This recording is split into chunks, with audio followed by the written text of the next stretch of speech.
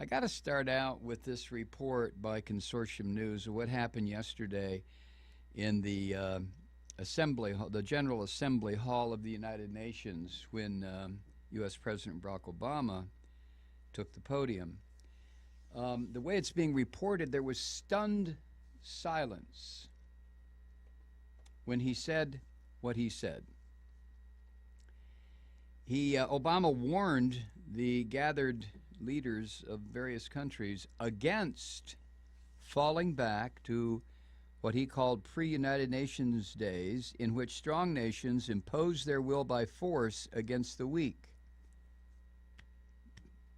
Yeah, Obama said that.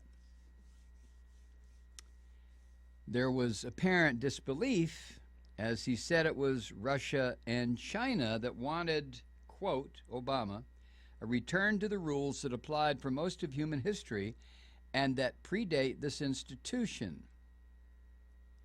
He went on to say that those ancient rules included, quote, the belief that power is a zero-sum game, that might makes right, that strong states must impose their will on weaker ones, that the rights of individuals don't matter, and that in a time of rapid change, order must be imposed by force, end quote.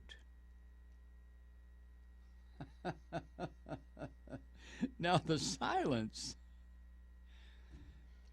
came because everything Obama was ascribing to everybody else perfectly describes the behavior of our beloved country since the end of World War II until today. I missed that speech. Thank goodness. I can't. Wasn't Obama a history professor, Kathy?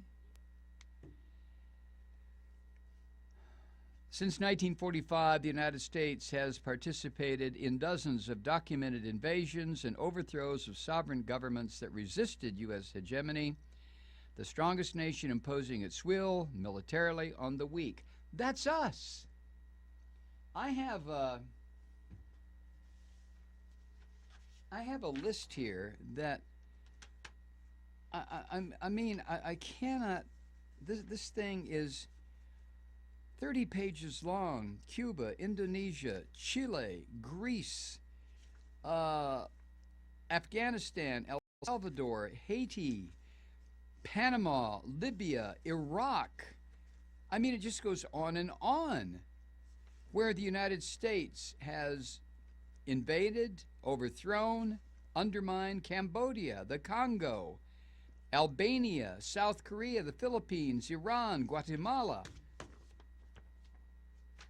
I can't believe that the President of the United States made these comments. Among the best known invasions or overthrows of sovereign governments, the 1953 and 54 coups in Iran and Guatemala, the invasions of Vietnam and Iraq. There were other democracies overthrown to install monarchies or dictatorships. Mobutu in the Congo in 1961, Suharto in Indonesia in 1965, Pinochet in Chile in 1973. And Obama is standing up there saying that the bad guys on earth, China and Russia and a few other ones, wanted to go back to pre-UN days when force and invading and slaughtering people. I mean, in 1953 and 1954, there was a UN. What the hell is he talking about?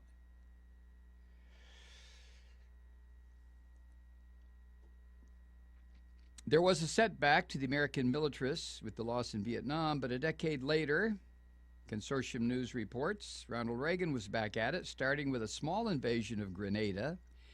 George H.W. Bush pounded Panama in 1989, and then devastated Iraqi forces in 1991 with an air and ground campaign, leading to his declaration that, quote, this is George Herbert Walker saying, well, we've kicked the Vietnam syndrome once and for all. And 30 years after the defeat of the United States in Vietnam, George W. Bush staged a full-scale 2003 invasion of Iraq, unleashing utter chaos that has led to the most fearsome terrorist power in history. And Obama stands in front of the UN and this is some more of what he said on Monday. He was blaming Russia and China for the mess Washington has created. He said, quote, "We see some major powers assert themselves in ways that contravene international law." Ah! Are you goddamn kidding me?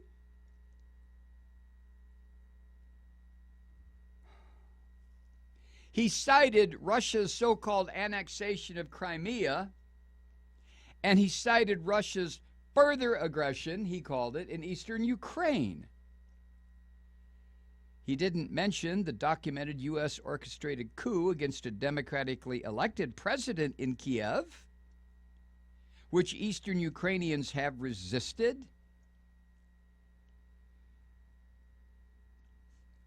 Either Obama is displaying willful ignorance of what went on in Ukraine, or a clumsy attempt at disinformation before the entire world, which I have a hard time believing that. Or as Vladimir Putin suggested in his speech a half hour later, Putin said that Obama is involved in a big measure of self-deception. Obama said Ukrainians favor the West. Okay, that may be true of most Western Ukrainians, but not the whole country. And then he said that the United States has, quote, a few economic interests, end quote, in Ukraine. That's either incredibly ignorant or a complete lie. Monsanto has a big interest. Then there's Joe Biden's son, Hunter Biden, and a John Kerry family friend joining the board of Burisma Holdings, Ukraine's largest private gas producer, just after the coup. And the country's finance minister is an American, Natalie Jaresko, who was given Ukrainian citizenship on the day she began her job.